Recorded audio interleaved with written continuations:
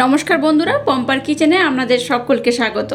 আজকের আমি আপনাদের সাথে একটা মজাদার নাস্তার রেসিপি শেয়ার করব। মাত্র 1 কাপ গমের আটা আর অল্প একটু সুজি দিয়ে বানানো এই নাস্তাটা এতটাই টেস্টি হয় যে একবার খেলে চপ সিঙ্গারা খাওয়া ভুলে যাবেন। কোনো রকম বেলা ঝামেলা ছাড়াই এই নাস্তাটা আমার মতো একবার বানিয়ে দেখবেন। দুর্দান্ত খেতে হয়, বাইরে থেকে খাস্তা আর ভিতরে পুরে ভরপুর। বাচ্চা থেকে বড় যেই খাক না কেন একটা দুটো খেলে মনই ভরবে না। তাহলে চলুন দেরি না করে আজকের এই মজাদার খাস্তা নাস্তার রেসিপিটা দেখে নেওয়া যাক।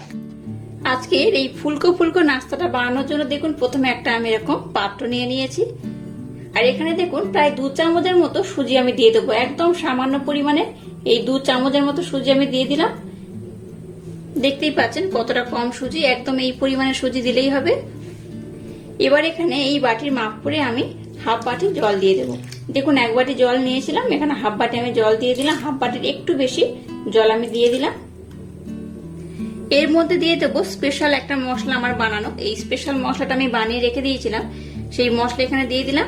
গোটা জিরে, মৌরি, গোটা গরম মশলা আর চিলি ফ্লেক্স এখানে রয়েছে। এখানে এই 1.5 চামচের মতো আমি দিয়ে দিলাম। 1 চামচ দিয়ে দেবো সাদা তিল, দিয়ে দেবো হাফ চামচ লবণ। এবার সমস্ত উপকরণটাকে আমি কিন্তু 10 মিনিটের জন্য রেস্টে রেখে দেবো। যেহেতু এখানে আমি সুজি ব্যবহার করেছি তাই এটাকে আমি 10 মিনিটের জন্য রেস্টে রেখে দেবো। 10 মিনিট পর আমি আবার আপনাদের সাথে নেক্সট স্টেপ শেয়ার করব। এবার দেখুন একটা পাত্র নিয়েছি, আর এই পাত্রের মধ্যে আমি এই বাটির মাপ করে 1.5 বাটি চিড়ে দিয়ে দেবো। খুব বেশি না, এই বাটির মাপ করে 1.5 বাটি দিলেই হবে। এই 1.5 বাটি চিড়ে আমি দিয়ে দিলাম। এবার চিড়ের মধ্যে জল দিয়ে খুব ভালোভাবে চিড়েটাকে আমি প্রথমে ধুয়ে নেব। চিড়ের মধ্যে এই যে ময়লাগুলো থাকে সেটা কিন্তু একটু ধুয়ে নিলে খুব ভালো হয়। এটাকে ধুয়ে নেব। চিড়েটাকে আমি খুব ভালোভাবে ধুয়ে নিয়েছি। এবার একদম সামান্য একটু জল দিলাম। একদম সামান্য একটু জল দিয়ে এটাকে আমি ভিজিয়ে রেখে দেব। খুব বেশিক্ষণ সময় লাগে না, 5 মিনিট হলেই ভিজানো হয়ে যায়। এটা 5 মিনিট ততক্ষণ ভিজিয়ে রাখবো, আর ততক্ষণ এই ব্যাটারটাকে আমি এবার রেডি করে নেব। দেখুন সুজিটা কিন্তু বেশ অনেকটা ফুলে গেছে, দেখে বুঝতেই পারছেন অনেকটা কিন্তু জল অ্যাবজর্ব করে নিয়েছে। দেখাচ্ছি দেখুন, এই দেখুন হাতের মধ্যে সুজিটা নিলেই কিন্তু বুঝতে পারবেন অনেকটা কিন্তু নরম হয়ে গেছে। এই দেখুন, যাই হোক এটা কিন্তু খুব ভালোভাবে ভিজে গেছে। এই পর্যায়ে এখানে আমি ধনেপাতা দেবো কিছুটা, একদম টুকরো টুকরো করে কুচো কুচো করে কেটে নিয়েছি, দেখতেই পাচ্ছেন। এইভাবে কিছুটা ধনেপাতা নিয়েছি, দিয়ে দিলাম। এবার এখানে নিয়েছি আটা। দেখুন এখানে 1 বাটি আটা নিয়েছি। আটাটাকে আমি একসাথে সবটাই দেবো না, অল্প অল্প দেবো। এটাকে খুব ভালোভাবে মেখে নেব। মিশ্রণটা কিন্তু বেশ নরম হবে, আর কতটা আটা লাগবে আমি আপনাদের বলে দেব। সম্পূর্ণ 1 বাটি আটা আমি দিয়ে দিলাম। এর থেকে বেশি আটা কিন্তু আর দেব না। আর মিশ্রণটা কিন্তু একটু নরম হবে, হাতের মধ্যে লেগে যাবে সেই রকমই হবে। দেখুন মিশ্রণটাকে আমি রেডি করে নিয়েছি, আর মিশ্রণটা দেখুন এইভাবে কিন্তু হাতের মধ্যে লেগে যাবে চিটচিট করে। এই দেখুন এটা কিন্তু এইরকমই হবে, একটু চিটচিটে ভাব হবে। এবার দেখুন সাদা তেল একটু নিয়েছি। সাদা তেল এইভাবে নিয়ে একটু বেশি করে দিতে হবে, দিয়ে একটু খুব ভালোভাবে মেখে নিতে হবে। সাদা তেল দিয়ে মাখলে দেখবেন এটা কিন্তু হাতের মধ্যে লাগবে না। আর মিশ্রণটা কিন্তু এইরকমই দরকার। দেখুন মিশ্রণটাকে আমি খুব ভালোভাবে মেখে নিয়েছি, আর মিশ্রণটা কিন্তু এইরকমই হবে। একটু তেল দেওয়ার পর এটা কিন্তু একদম স্মুথ হয়ে যাবে, দেখতেই পাচ্ছেন। 2 চামচের মতো তেল আমি দিয়ে দিয়েছিলাম। 2 চামচ তেল দিয়ে এটাকে আমি খুব ভালোভাবে মেখে নিয়েছি। এই দেখুন এবার কিন্তু হাতের মধ্যে আর লাগবে না। এই দেখুন এইরকম ভাবে। এবার এটাকে ঢাকা দিয়ে আমি 10 মিনিটের জন্য রেস্টে রেখে দেবো। অবশ্যই এটাকে ঢাকা দিয়ে রাখবেন, খোলা বাতাসের মধ্যে রাখবেন না। ঢাকা দিয়ে 10 মিনিট আমি রেস্টে রেখে দেবো।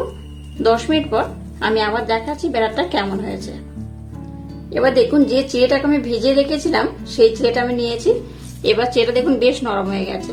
এই নরম অবস্থায় চিড়েটাকে কিন্তু হাত দিয়ে এইভাবে একটু ভালোভাবে মেখে নিতে হবে। আজকের নাস্তাটা আমি যেভাবে বানাচ্ছি আমার মতো একবার ট্রাই করবেন, অসম্ভব মজাদার খেতে হয়। বিকেলে চার সাথে বলুন বা মুড়ির সাথে কিংবা শুধু খান, অসম্ভব সুন্দর খেতে লাগে। এইভাবে হাত দিয়ে মেখে নেব।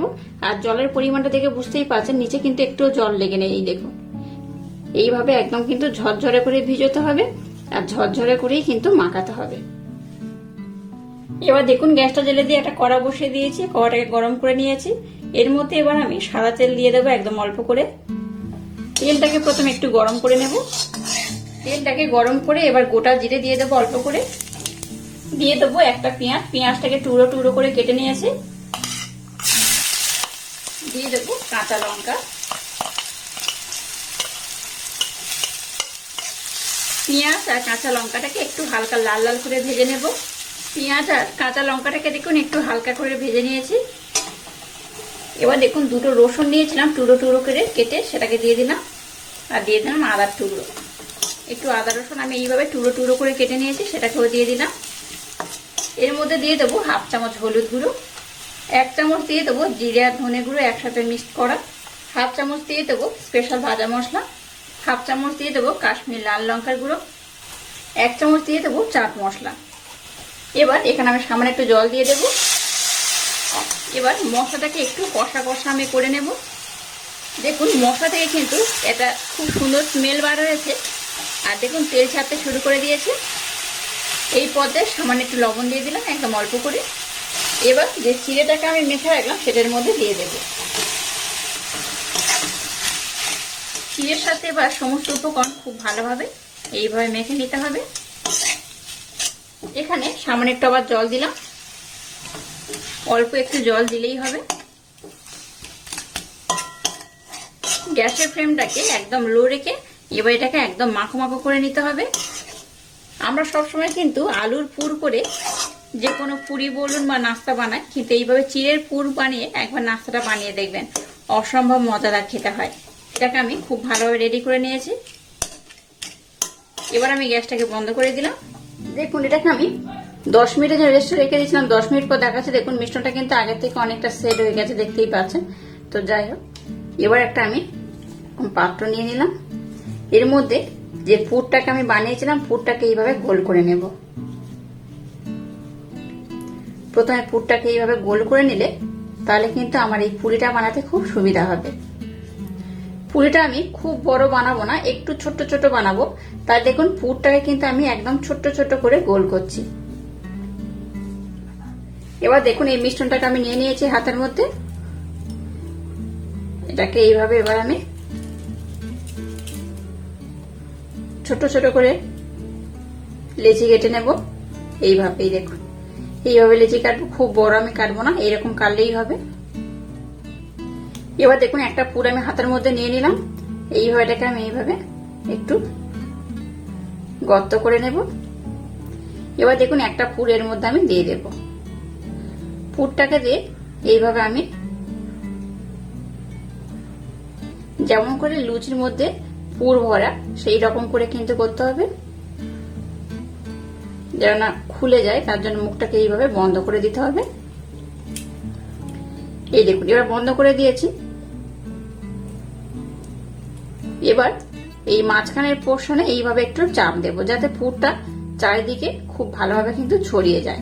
এটাকে কিন্তু বেলার দরকার নেই, এইভাবে একটু হাতের মধ্যে চাপ দিয়ে করে নিলেই হবে। আর মিডিল পোর্শনে চাপ দেবেন, তাহলে কি হবে পুরটা চারধারে কিন্তু খুব ভালোভাবে ছড়িয়ে পড়বে। দেখুন কত সুন্দর হয়েছে। এইভাবে কিন্তু আমি সবগুলোকে বানিয়ে নেব।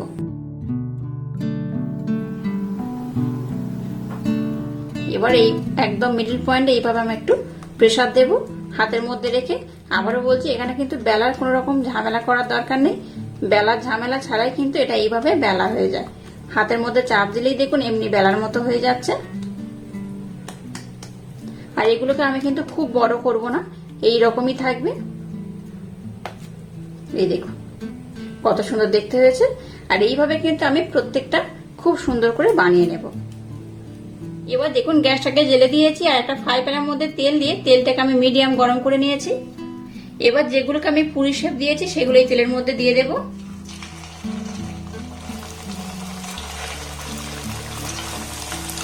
উপর থেকে একটু তেল দিয়ে দেবো, দেখবেন এগুলো কিন্তু একদম ফুলকো ফুলকো হয়ে ফুলে যাবে।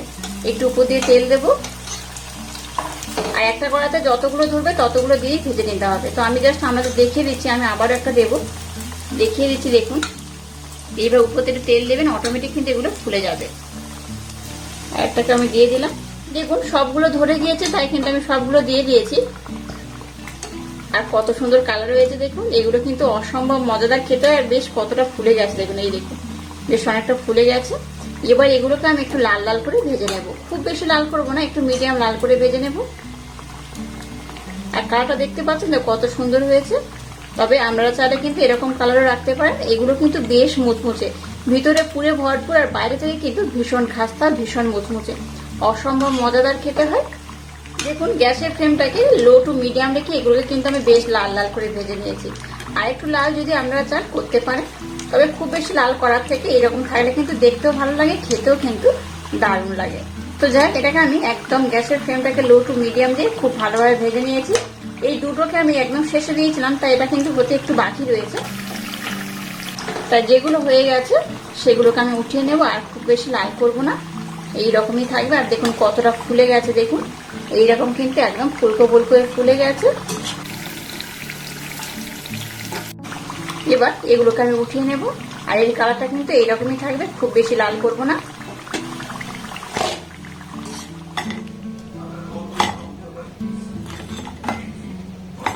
দেখুন সবগুলোকে আমি কত সুন্দর করে বানিয়ে নিয়েছি, আর কত সুন্দর কালার হয়েছে দেখুন। একটাকে আমি ভেঙে দেখাবো আপনাদের কত সুন্দর হয়েছে। এটা বাইরে থেকে দেখুন কতটা ক্রিপসি হয়েছে, দেখুন বাইরে থেকে ভীষণ ক্রিপসি, আর ভিতরে কিন্তু পুরে ভরপুর। এগুলো খেতে ভীষণ মজা লাগে। অবশ্যই আমার মতো একবার হলো ট্রাই করবেন, বাচ্চা থেকে বড় সবাই দেখবেন ভীষণ পছন্দ করবে। আচ্ছা, একটা আমি ভেঙে দেখাচ্ছি, বেশ গরম রয়েছে, আমি ভাঙতে পারছি না, তো একটু পরে আমি আপনাদের দেখাচ্ছি ভিতরটা কত সুন্দর হয়েছে। বেশ গরম রয়েছে এটা, এই দেখুন আওয়াজটা শুনে বুঝতে পারছেন কতটা খাস্তা হয়েছে। আচ্ছা, একটা আমি ছুরি নিয়ে নিলাম, ছুরির মাধ্যমে আমি আপনাদের দেখাচ্ছি। দেখুন যেহেতু এটা ক্রিপসি রয়েছে আর গরম রয়েছে, এই দেখুন ভিতরে পুর একদম ভরপুর। এই দেখুন, এই দেখুন কত অপূর্ব হয়েছে। ভিতরটা দেখুন একদম পুরে ভরপুর, আর বাইরে থেকে কিন্তু খুবই মুচমুচে। এই দেখুন কতটা অপূর্ব হয়েছে। অবশ্যই আমার মতো একবার হলো ট্রাই করবেন, আশা করছি আপনাদের ভীষণ ভালো। আজকের এই ইউনিক স্টাইলে পুরীর রেসিপিটা যদি আপনাদের ভালো লাগে, তাহলে চ্যানেলটাকে লাইক, শেয়ার, কমেন্ট এবং সাবস্ক্রাইব করবেন, আর পাশে থাকা বেল আইকনটা প্রেস করে দেবেন। তাহলে টাটা, আবার দেখা হচ্ছে নতুন কোনো রেসিপি নিয়ে।